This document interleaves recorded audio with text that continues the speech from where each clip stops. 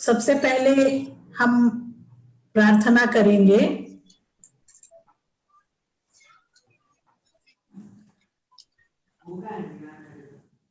आपको भी यह श्लोक आ गया होगा सबको। अब कुटुंबम जम्बूद्वीपम स्यात् संस्कृति स्यात् सनातनी संस्कृतम देव भाषा स्यात् भूलोको नाकवद भवेत्। अपने पिछले वर्ग में हमने अकारांत ह्रस्व आकार से अंत होने वाले पदों को कर्ता कारक में देखा था। कर्ता कारक में उनके तीनों वचनों के रूप हमने देखे थे अदंत पुल्लिंग प्रकरण के। तो अब आज हम आकारांत पदों को देखेंगे। संस्कृत में आकारांत पद प्रायः स्त्रीलिंग हुआ करते हैं। तो आज स्त्रीलिंग पदों का हम लोग अभ्यास करेंगे और स्त्रीलिंग पदों के भी कर्ता कारक में तीनों वचनों में रूप हुआ करते हैं, एक वचन, द्विवचन और बहुवचन। ये भी प्रथम पुरुष के ही रूप हैं। पुल्लिंग के जो हमने आकारांत रूप पढ़े थे वे भी अन्य पुरुष या प्रथम पुरुष के ही रूप थे, और स्त्रीलिंग के भी जो रूप हम पढ़ेंगे कर्ता कारक में ये अन्य पुरुष या प्रथम पुरुष के ही हैं। कुछ लोग मुझसे ये पूछ रहे थे कि अन्य पुरुष प्रथम पुरुष को ही कहते हैं। आचार्य जी, सॉरी फॉर इंटरप्ट यू, शायद आपके घर में टीवी की या किसी की आवाज पीछे से बहुत ज्यादा आ रही है, या जॉस की आवाज जरा ज्यादा लग रही है। अभी आवाज कुछ कम हुई? अभी नहीं आ रही, अभी अच्छी आ रही है आपकी आवाज। जी बोलिए। अभी दरवाजा मैंने बंद कर दिया। ओके अभी एकदम अच्छा आ रहा है। हाँ, तो हम लोग बात कर रहे थे कि हम लोग अन्य पुरुष और प्रथम पुरुष, इंग्लिश में जिसको हम थर्ड पर्सन कहते हैं उसी को संस्कृत में अन्य पुरुष भी कहते हैं, और उसी का दूसरा नाम प्रथम पुरुष भी है। उसे हम प्रथम पुरुष क्यों कहते हैं ये हम जान चुके हैं। तो जैसे इंग्लिश में जो थर्ड पर्सन रहता है उसके ही, शी, इट, इस प्रकार से पुल्लिंग, स्त्रीलिंग और नपुंसक लिंग के रूप होते हैं, उसी प्रकार से संस्कृत में भी पुल्लिंग, स्त्रीलिंग और नपुंसक लिंग के रूप थर्ड पर्सन के हुआ करते हैं, और उसी थर्ड पर्सन को हम अन्य पुरुष या प्रथम पुरुष कहते हैं।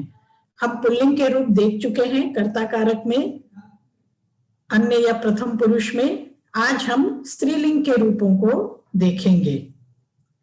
अब हम पहले ये देखेंगे कि किस प्रकार के जो शब्द होते हैं वे आकारांत स्त्रीलिंग होते हैं। जैसे कन्या, य में आ है, कन्या शब्द स्त्रीलिंग है, आकारांत स्त्रीलिंग है। आकारांत स्त्रीलिंग शब्द कन्या में क, अ, न, य, आ, इस प्रकार से 5 वर्ण हैं, क्योंकि न। सॉरी आपको इंटरप्ट करने के लिए, बताइए। आपने बताया था जो फर्स्ट पर्सन प्रथम पुरुष है ना? हाँ, नहीं, फर्स्ट पर्सन प्रथम पुरुष नहीं है, थर्ड पर्सन। हम लोग ने थर्ड पर्सन से अपनी बात को शुरू किया है, और संस्कृत में हम लोग अन्य पुरुष को ज्यादा महत्व देते हैं, इसीलिए थर्ड पर्सन हमने पहले पढ़ा। फर्स्ट पर्सन तक तो अभी हम नहीं आए हैं, हम पहले थर्ड पर्सन पढ़ा हमने, और थर्ड पर्सन में ही हम स्त्रीलिंग, पुल्लिंग और नपुंसक लिंग देख रहे हैं। थर्ड पर्सन में इंग्लिश में भी होता है ना, ही, शी, इट। तो मैम फिर फर्स्ट पर्सन को संस्कृत में क्या बोलेंगे? जी, फर्स्ट पर्सन में अहम होता है संस्कृत में, और सेकंड पर्सन में त्वम होता है। तो वो अभी हमने पढ़ा नहीं है, अभी हम लोग केवल थर्ड पर्सन पर ही कंसंट्रेट कर रहे हैं। ठीक है मैम, ठीक है ना। इसी तरह आप लोग बीच बीच में मुझे पूछते रहा करें, ताकि बात की बात आपको सारी बात समझ में आती रहे। मुझे कोई अंतर नहीं आता, बीच में ही आप मुझे इंटरप्ट करके पूछें, तो उससे ज्यादा अच्छा समझ में आएगा आप लोगों को। तो हम लोग बात कर रहे थे आकारांत स्त्रीलिंग शब्दों की। इसी प्रकार से एक शब्द है बाला। बालिका को बाला भी कहते हैं, बाल में आकार लगा के तो ब आ ल अ, यहाँ 4 वर्ण है और ये भी आकारांत शब्द है। इसी प्रकार एक आकारांत शब्द है चटका। चटका चिड़िया को कहते हैं। च अ ट अ क आ, ये दीर्घ आकारांत है, इसलिए ये स्त्रीलिंग है। उसी प्रकार छात्रा और महिला, ये सारे शब्द स्त्रीलिंग के हैं क्योंकि ये आकारांत हैं। आकारांत शब्दों के जो रूप चलते हैं वो कर्ता कारक में कैसे चलते हैं वो मैं आपको समझाती हूँ। हमने पुल्लिंग के रूप उस दिन देखे थे कर्ता कारक में, बालकः, बालकौ, बालकाः। बालकः विसर्ग औ आह, विसर्ग औ आकार और विसर्ग ये था। उसी प्रकार स्त्रीलिंग में तीनों वचनों के रूप जो होते हैं वो होते हैं आ, मतलब कुछ नहीं होता है पहले में, ए और आह, आ ए आह। जैसे अगर कन्या है तो एक वचन में कन्या, द्विवचन में कन्ये और बहुवचन में कन्याः। कहने का तात्पर्य यह है कि पुल्लिंग का बहुवचन और स्त्रीलिंग का बहुवचन एक जैसा होता है, संज्ञा पदों का और विशेषण पदों का जहां तक संबंध है। हाँ, सर्वनाम पदों में ये थोड़ा अंतर आता है, वो हम आगे देखेंगे। तो कन्या, कन्ये, कन्याः, एक कन्या, दो कन्याएं और अनेक कन्याएं। तो आज हम लोग देखते हैं कुछ वाक्यों को लेते हैं। मान लीजिए अब हमारे पास हिंदी का वाक्य है, एक लड़की हंसती है, तो हम कहेंगे कन्या हसती। अगर हम चाहें तो एक का प्रयोग कर सकते हैं और एक का भी स्त्रीलिंग एका होगा।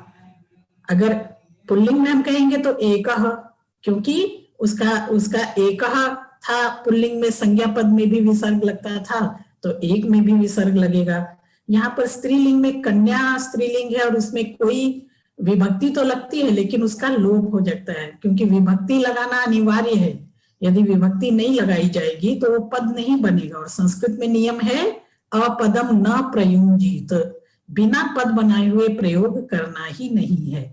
इस प्रकार आप कहते होंगे कि भाई कन्या है, महिला है, छात्रा है, वो तो हिंदी के ही समान है, इसमें कोई विभक्ति तो लगी नहीं। वास्तव में यहाँ विभक्ति लगती है, लेकिन इस विभक्ति का लोप पद बनाने के बाद इसका लोप कर दिया जाता है। तो जो हमें पद प्रतीत होता है वो हिंदी के शब्द के ही समान प्रतीत होता है, स्त्रीलिंग का प्रथमा विभक्ति का एक वचन।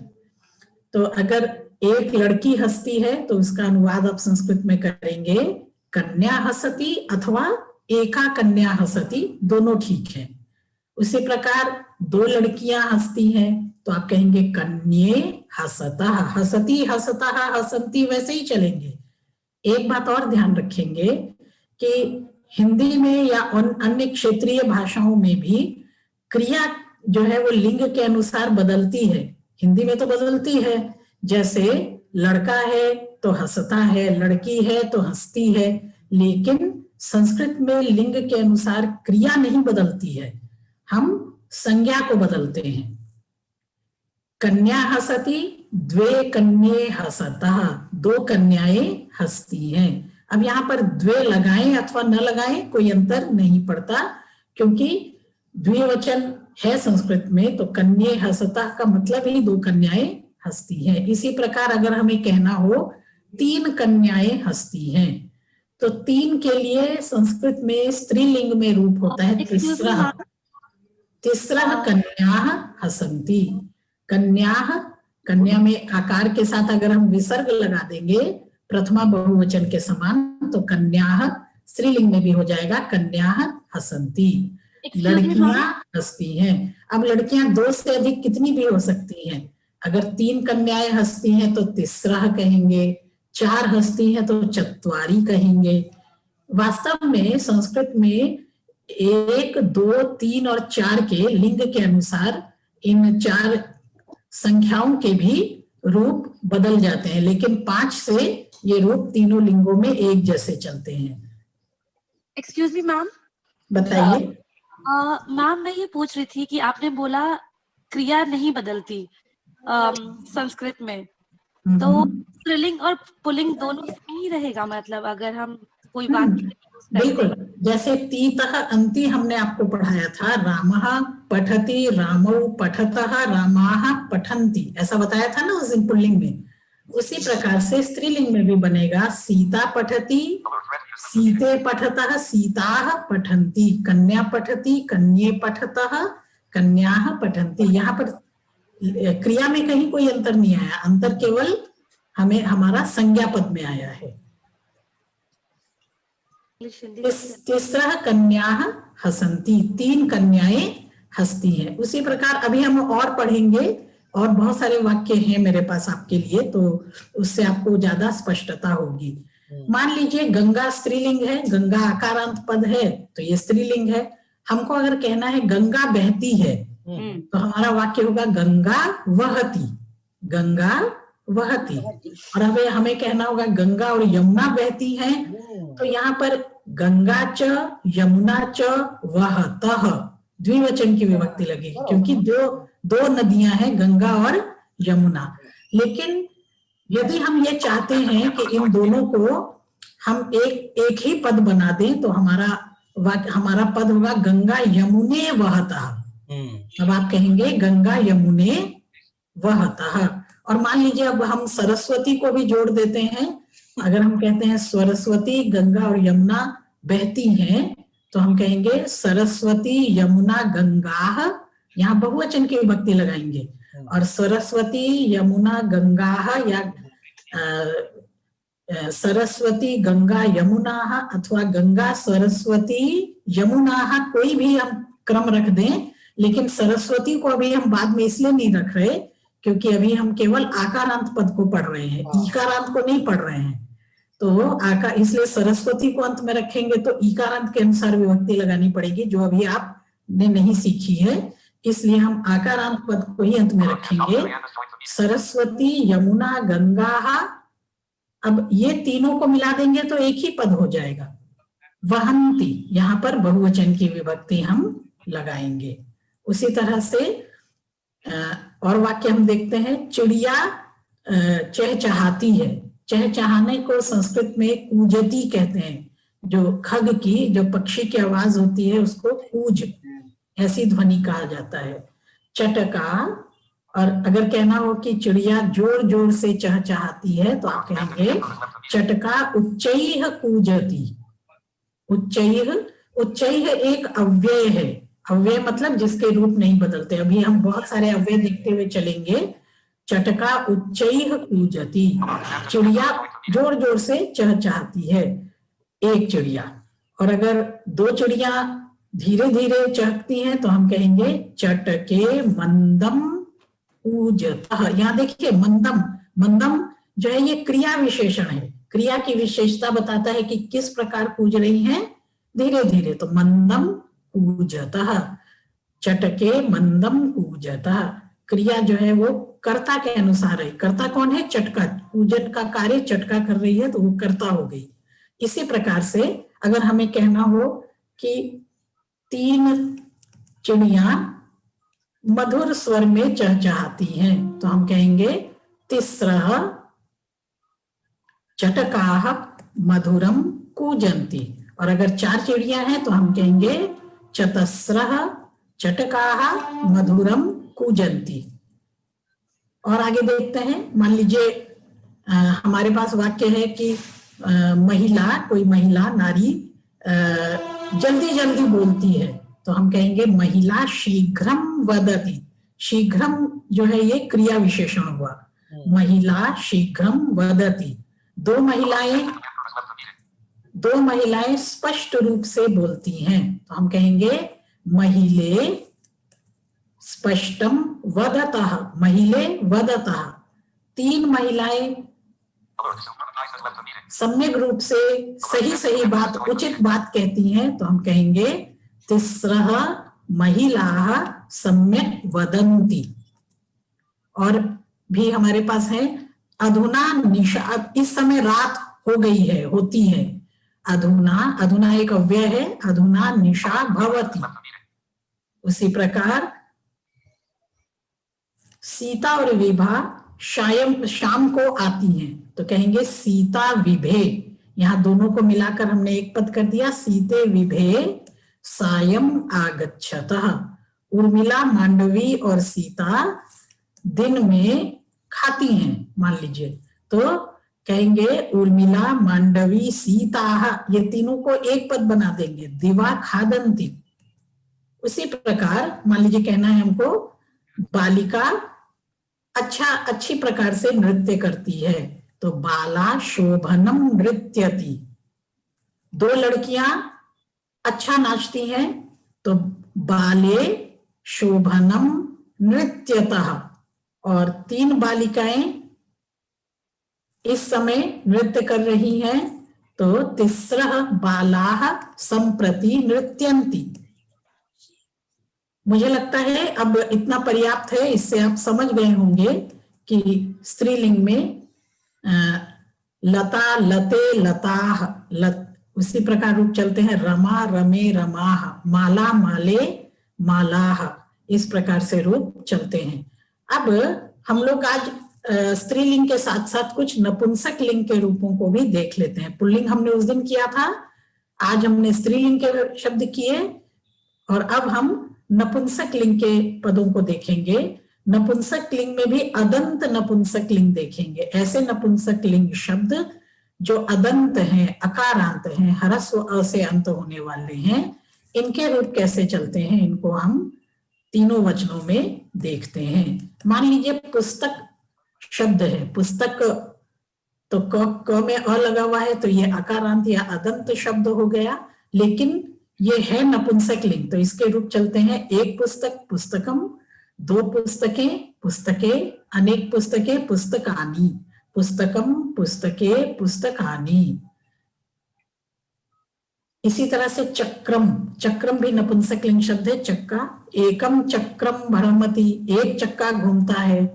द्वे चक्रे भ्रमतः, 2 चक्के घूमते हैं, और अनेक चक्के घूमते हैं, या 3 चक्के या 4 चक्के घूमते हैं, तो हम कहेंगे चत्वारि चक्राणि भ्रमन्ति, 4 चक्के घूमते हैं, चत्वारि चक्राणि भ्रमन्ति। इसी प्रकार एक विशाल बस जाती है। अब यहाँ पर विशाल जो है ये बस का विशेषण है, लोकयान कहते हैं बस को, तो एक बड़ी सी बस जाती है।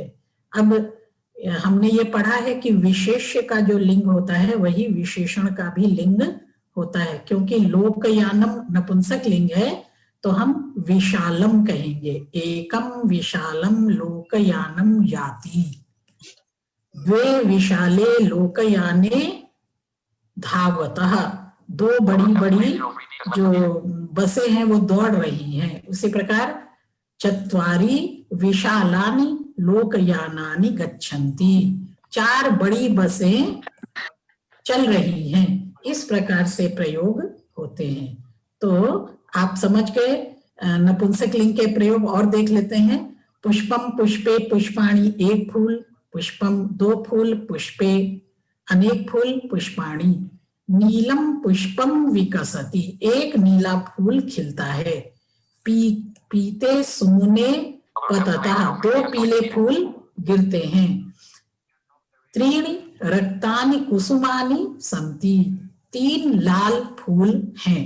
अब देखिए रक्तानी या नीलम या फिर पीते, ये सब विशेषण हैं। विशेषणों में हमने कुसुम की जो विभक्ति थी, पुष्प की जो विभक्ति थी, उसी को हमने लगाया है। विशेष्य और विशेषण का लिंग और विभक्ति और वचन एक ही हुआ करते हैं। इसी तरह से मान लीजिए आपके पास वाक्य है कि ठंडा जल नीचे बहता है, तो आप कहेंगे शीतम जल नपुंसक लिंग है।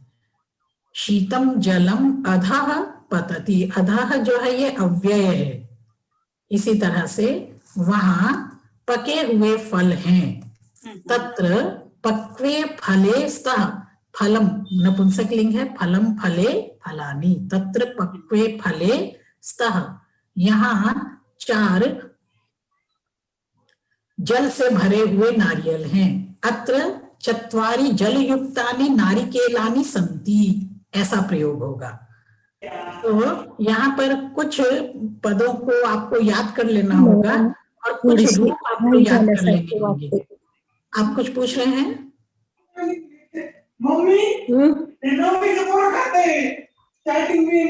अपने आप को म्यूट रखिए प्लीज। अत्र एकम नगरम अस्ति, यहाँ पर एक नगर है। अत्र मतलब यहाँ। अब आपको 4 अव्यय हैं, इनका अर्थ मैं आपको बताती हूँ। अत्र मतलब यहाँ, तत्र मतलब वहां, यत्र मैंने जहां, कुत्र मैंने कहा। तो ये 4 अव्यय हैं, इनका अर्थ आपको याद कर लेना चाहिए। अत्र एकम नगरम अस्ति, नगर शब्द नपुंसक लिंग है, यहाँ पर एक नगर है। अत्र नगरे स्तः, यहाँ 2 नगर हैं। अत्र नगराणि सन्ति, यहाँ पर बहुत से नगर हैं। इसी प्रकार से को मोबाइल में दिखाई।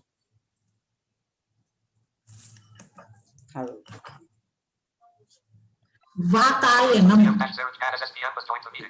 वातायन कहते हैं खिड़की को। वातायनम लौह निर्मितम अस्ति, खिड़की जो है, खिड़की लोहे से बनी हुई है, लौह निर्मितम। और 2 खिड़कियां लकड़ी से बनी हुई हैं। वातायने काष्ठ निर्मिते स्तः, और फिर 4 खिड़कियां काष्ठ से बनी हुई हैं। तो चत्वारि वातायनानि काष्ठ निर्मितानि सन्ति। इस प्रकार से वस्त्रम शब्द नपुंसक लिंग है। अच्छा, कौन सा पद नपुंसक लिंग का है और कौन सा पुल्लिंग का है, ये हमें अभ्यास से पता लगता है। जितना हम संस्कृत पढ़ेंगे, बोलेंगे, उतना हम ये जानेंगे कि कौन सा पद नपुंसक लिंग में है और कौन सा पुल्लिंग में है। वैसे कुछ नियम तो है ही, जैसे आकारांत है तो स्त्रीलिंग होगा। अब अकारांत में जो है वो थोड़ी सी शंका होने लगती है। अकारांत पुल्लिंग भी होते हैं, अकारांत नपुंसक लिंग भी होते हैं, तो यहाँ कुछ शंका होती है। उसमें भी कुछ नियम है, आगे चल के हम समझेंगे। लेकिन सामान्यतः आपको जो पदों में कौन सा लिंग है, नपुंसक लिंग और पुल्लिंग, इसके लिए आपको अभ्यास पर ही निर्भर करना पड़ता है। सीता धवलम वस्त्रम आनयति, सीता जो है धवल वस्त्र, धवल कहते हैं श्वेत, सफेद वस्त्र को लाती है। सीता धवले वस्त्रे आनयति। अब देखिए, सीता एक है लेकिन वस्त्र 2 हैं। सीता धवल 2 धवल वस्त्रों को लाती है। सीता धवलानि वस्त्राणि आनयति। जो क्रिया है वो सीता के अनुसार, कर्ता के ही अनुसार आएगी, क्योंकि हम लोग नॉमिनेटिव केस में बात कर रहे हैं, इसलिए क्रिया सीता के ही अनुसार आएगी। क्योंकि सीता एक है, आनयति, आनयतः, आनयन्ति ऐसा नहीं होगा, क्योंकि वस्त्र चाहे एक हो, 2 हो, अनेक हो, लेकिन क्योंकि सीता एक है इसलिए उसमें एक वचन की ही विभक्ति लगेगी। तो यहाँ तक हमने कुछ नपुंसक लिंग के भी शब्दों को देखा है। अब हम बहुत देर से बात कर रहे थे अव्यय की। संस्कृत में जो 2 प्रकार के पद होते हैं, सुबंत और तिङंत। तिङंत तो क्रियाएं हो गई, वो तो बिल्कुल अलग है। सुबंत पदों में एक सब कैटेगरी होती है जिसको अव्यय कहते हैं। एक प्रकार के शब्द सुबंत में ऐसे होते हैं जिनको अव्यय कहते हैं। आपको पता है कि संस्कृत में सुबंत और तिङंत पद जो हैं, इनमें परिवर्तन होते रहते हैं विभक्ति और वचन के अनुसार। द्वितीय विभक्ति है तो रामम हो जाएगा, तृतीय विभक्ति है तो रामेण हो जाएगा, चतुर्थी है तो रामाय हो जाएगा, चतुर्थी का बहुवचन है तो रामेभ्य हो जाएगा। इस प्रकार से बदलती रहती हैं विभक्तियां वचन के अनुसार और विभक्तियों के अनुसार। संज्ञा और सर्वनाम और विशेषण पदों की विभक्तियां बदलती रहती हैं। लेकिन कुछ ऐसे पद होते हैं जिनमें विभक्तियां नहीं बदलती हैं, उनको हम कहते हैं अव्यय। व्यय शब्द आप लोग जानते होंगे, व्यय का अर्थ होता है खर्च करना या किसी प्रकार की हानि होना। तो अव्यय जिसमें किसी भी प्रकार का विकार नहीं आता, इसीलिए जिनमें किसी भी प्रकार का विकार नहीं आता, संस्कृत के ऐसे पदों को हम अव्यय कहते हैं। उनमें विभक्ति तो लगती है लेकिन उसका लोप हो जाता है और वो वैसे के वैसे रहते हैं। तो जैसे हमने अपदम न प्रयुंजीत ये परिभाषा संस्कृत व्याकरण की याद की कि बिना पद के प्रयोग नहीं करना है। फिर एक परिभाषा हमने पहले अपनी वर्गों में याद की थी, सुब तिङंतम पदम, सुबंत और तिङंत को ही हम पद कहते हैं संस्कृत में, दो ही प्रकार के होते हैं। और अब तीसरी एक परिभाषा भी आप याद करें, न व्ययति इति अव्ययम, जो व्यय नहीं होता, जिसमें किसी प्रकार का विकार नहीं होता, उसे हम अव्यय कहते हैं। आज जिन वाक्यों को हमने देखा उसमें बहुत सारे अव्यय हमने प्रयोग किए थे। कुछ अव्यय, कुछ 15-20 अव्ययों को के नाम मैं आपको लेती हूँ, आपके पास संस्कृत की जो पुस्तकें होंगी उनमें भी आपको मिल जाएंगे। जैसे प्रातः, सायं, पुनः, उच्चैः ऊंचा, नीचैः नीचे, इसी तरह से शनैः शनैः धीरे धीरे, युगपत एक साथ, आरात, आरात का मतलब समीप या दूर, उसी प्रकार पृथक आप जानते हैं अलग, ह्यः, ह्यः मतलब बीता हुआ कल, श्वः आने वाला कल फ्यूचर टेंस, दिवा दिन, रात्रौ ये भी एक अव्यय की तरह प्रयोग होता है, रात में, सायं अभी हमने सायं का प्रयोग किया था, ये भी एक अव्यय है। इसी तरह चिरम मतलब देर, ईशत थोड़ा, बही, बही मैंने बाहर, अधः नीचे, हमने जलम अधः वहति, जल की ये प्रकृति है कि उसको अगर आप छोड़ देंगे तो वो ऊपर नहीं जाएगा, नीचे ही जाएगा। जलम अधः वहति, उसकी ये प्रकृति है, जल का ये स्वभाव है। समया समीप, निकषा इसका मतलब भी होता है समीप, स्वयं, बहुत सारे शब्द हैं, इनको आप जानते भी हैं। वृथा मतलब व्यर्थ, नक्तम मतलब रात,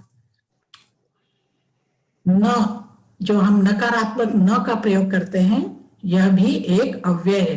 हेतु कारण, इसी तरह वत, जैसे आप कहते हैं ना रामवत सीतावत के समान, ये वत पद जो है ये भी अपने आप में क्या है, ये एक अव्यय है। ये किसी भी विभक्ति और वचन के अनुसार परिवर्तित नहीं होता है। उसी प्रकार और संगीता जी, बताइए। संगीता जी, अव्यय किस प्रकार पहचाना चाहिए? अव्यय को जब आप देखें वाक्यों में प्रयोग होते हुए और आप अनेक बार उसे देख ले और देखें उसका रूप नहीं बदल रहा है तो वो अव्यय है। न व्ययति इति अव्ययम, ये आपको अव्ययों की लिस्ट मिल जाएगी, उससे आप समझ लेंगे।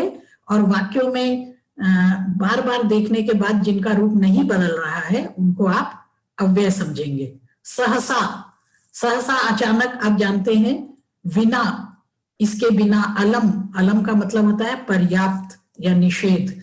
इसी प्रकार अन्यत, अन्यत मतलब दूसरा, इतर, इसी तरह पुरा और प्रायः अर्थात बहुधा अक्सर प्रयोग करते हैं। मुहु बार बार, और भी अव्यय बहुत सारे होते हैं। नमः, नमस्कार, नमो नमः वाला नमः भी अब अव्यय के रूप में ही प्रयोग होने लगा है। धिक, धिक्कार है। अथ, आरंभ को कहते हैं। इति, आम का मतलब है हाँ। मां मतलब नहीं। तो मैंने बहुत सारे अव्यय, लगभग 40 अव्यय आपके सामने पढ़े हैं। वैसे लगभग जो सूची मिलती है उसमें 150 से 200 अव्यय होते हैं। तो बहुत सारे अव्यय ऐसे हैं जो प्रसिद्ध नहीं है, ये आम बोलचाल की भाषा में उनका प्रयोग नहीं होता। तो मैं आपके लिए छांट के कुछ ऐसे अव्यय लाई हूं जिनका प्रयोग हम हिंदी में भी किया करते हैं। अब दीदी किम बहुना, किम्वा ये शब्द भी है अव्यय में। किम बहुना, कदाचित, हाँ कदाचित, बहुत सारे हैं। मैंने कहा ना कि मैं थोड़े से लाई हूँ आपके लिए। कोई बात नहीं, थैंक यू। तो अब हम लोग, आपको लगता होगा कि संस्कृत कुछ बोलना भी आना चाहिए, तो आज हम लोग संस्कृत के आरंभिक बोलचाल के कुछ वाक्य सीखते हैं। जैसे सुप्रभातम मतलब गुड मॉर्निंग, शुभ संध्या आप जानते हैं, गुड इवनिंग, शुभ रात्रि ही, विसर्ग लगाएंगे, शुभ रात्रि ही, गुड नाइट। उसी प्रकार से अगर जैसे आप किसी से मिलते हैं तो हेलो बोलते हैं ना, तो उसके लिए हम संस्कृत में कहते हैं नमो नमः। और दूरवाणी पर जब आप बात करते हैं, दूरवाणी अर्थात मोबाइल पर जब आप बात करते हैं तो हेलो की जगह आप हरिओम का प्रयोग करते हैं। और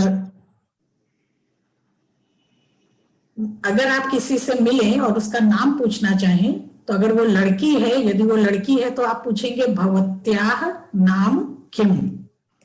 लड़की को कहेंगे आपका नाम क्या है, तो वो लड़की कहेगी मम नाम संगीता, मम नाम सीता, कोई भी नाम हो।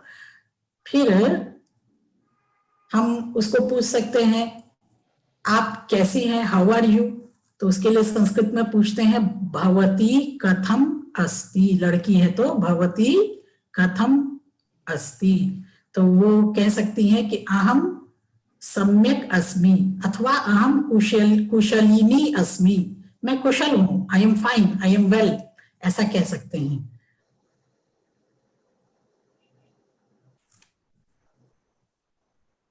अब यदि कोई पुरुष है, कोई लड़का है जिसको आपने पूछना है उसका नाम, तो आप पूछेंगे भवतः नाम किम। ध्यान रखिएगा, यदि लड़की है, स्त्रीलिंग है, तो हम कहेंगे भवत्याः आपका, और यदि पुरुष है, पुल्लिंग है, तो हम कहेंगे भवतः नाम किम।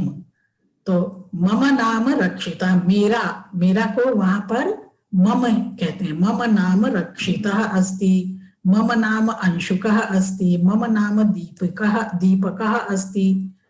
और फिर यदि पूछते हैं कि आप कैसे हैं, हाउ आर यू, तो अगर पुरुष है तो हम कहेंगे भवान कथम अस्ति, आप कैसे हैं, तो कहेंगे अहम कुशली अस्मि। अगर कन्या है तो कहेगी कुशलिनी अस्मि, और अगर पुरुष है तो कहेगा कुशली अस्मि, अथवा और आसान बनाना है तो अहम सम्यक अस्मि, मैं आई एम वेल। अब दो प्रश्न हमने सीखे कि भवतः नाम किम और दूसरा भवान कथम अस्ति। एक और प्रश्न हम प्रायः लोगों से पूछते हैं कि आप कहाँ रहते हैं, आप कहाँ से आए हैं, आपका निवास कहाँ है। तो उसके लिए हम पूछते हैं, अगर पुरुष है तो कहेंगे भवान कुतः आगच्छति। कुतः मतलब कहाँ से आप आते हैं, अर्थ यहाँ पर ये हुआ वेयर आर यू फ्रॉम। तो अगर मैं बिहार से हूं तो मैं कहूंगी अहम बिहारतः। उसमें क्या करना है कि अपने नगर और राज्य या देश का जो नाम है उस नाम के बाद तह लगा देना है। अहम बिहारतः आगच्छामि, अहम उत्तर प्रदेशतः आगच्छामि, अहम महाराष्ट्रतः आगच्छामि, अहम दिल्लीतः आगच्छामि, अहम भारततः आगच्छामि, अहम चीन देशतः आगच्छामि, अहम पाकिस्तानतः आगच्छामि। तो कोई भी बहुत आसान है, बहुत बहुत सरल है, आप उसमें तह लगाकर प्रयोग कर देंगे। उसी प्रकार अगर कोई स्त्री है तो आप कहेंगे भवती कुतः आगच्छति, भवान भवती, पुल्लिंग में भवान, स्त्रीलिंग में भवती।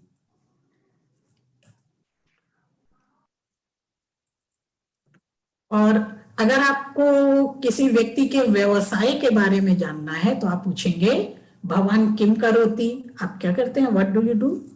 तो अहम छात्रः अस्मि, अहम वैद्यः अस्मि, पुरुष है तो अहम अभियंता अस्मि, अहम लेखकः अस्मि। संगीता जी, बताइए। स्त्रीलिंग और पुल्लिंग दोनों को अहम ही बोलेंगे क्या वो? कि अहम? हाँ, ये हम लोग अगली क्लास में सीखेंगे। ये ध्यान रखिए कि फर्स्ट पर्सन और सेकंड पर्सन में स्त्रीलिंग और पुल्लिंग के लिए अहम और त्वम ही हुआ करता है। अच्छा अच्छा। केवल थर्ड पर्सन में हम लोग स्त्रीलिंग के लिए अलग और पुल्लिंग के लिए अलग रूप बनाते हैं, बल्कि नपुंसक के लिंग के लिए भी अलग होता है। अच्छा। तीन रूप अभी हमने सीखे, वो केवल थर्ड पर्सन के लिए होता है, जिसको हम प्रथम पुरुष या अन्य पुरुष कहते हैं। फर्स्ट और सेकंड पर्सन के लिए ऐसा नहीं। अच्छा, संस्कृत में हम लोग सेकंड पर्सन को मध्यम पुरुष और फर्स्ट पर्सन को उत्तम पुरुष बोलते हैं, ये आप ध्यान रखेंगे, अगली क्लास में हम इसको पढ़ेंगे। तो अहम वैद्यः अस्मि, क्योंकि पुल्लिंग एक वचन है वैद्य, वैद्य अकारांत पुल्लिंग शब्द है तो विसर्ग लगा दिया, अहम वैद्यः अस्मि। छात्र अकारांत पुल्लिंग है तो उसमें विसर्ग लगा दिया, अहम छात्रः अस्मि। अभियंता इंजीनियर को कहते हैं, अभियंता में आकार रहता है, वो क्यों होता है हम लोग बाद में देखेंगे। अहम लेखकः, लेखक जो है अकारांत पुल्लिंग है तो अहम लेखकः अस्मि, अहम पत्रकारः अस्मि, अहम गायकः अस्मि ना। इस प्रकार से प्रयोग होते हैं। और अगर कोई लड़की है तो प्रश्न में आप पूछेंगे भवती किम करोति, आप क्या करते हो, लड़की को पूछेंगे भवती किम करोति, लेकिन उसका उत्तर वही होगा अहम छात्रा अस्मि। अगर पुरुष है तो वो छात्रः कहेगा, अहम वही रहेगा, लेकिन पुरुष है तो वो छात्रः कहेगा। लेकिन अगर लड़की है, कन्या है, तो वो कहेगी अहम छात्रा अस्मि, क्योंकि आकारांत है। आकारांत के रूप अभी हमने देखे, आ ए आह ऐसे रूप बनते हैं। अगर कोई गायिका है तो अहम गायिका अस्मि, अहम अभियंत्री अस्मि, अहम लेखिका अस्मि, अहम वैद्या अस्मि। तो जो भी उसका पुल्लिंग स्त्रीलिंग रूप होगा उसका हम प्रयोग करेंगे। और अंत में जब आप लोगों ने ये सब बात की और उसके बाद नाइस मीटिंग यू अगर ऐसा कहना है तो उसके लिए हम संस्कृत में कहते हैं मेलनेन बहु संतोषः, आपको मिलकर मुझे बहुत खुशी हुई। नाइस मीटिंग यू, मेलनेन बहु संतोषः। तो इस प्रकार का प्रयोग हम करते हैं।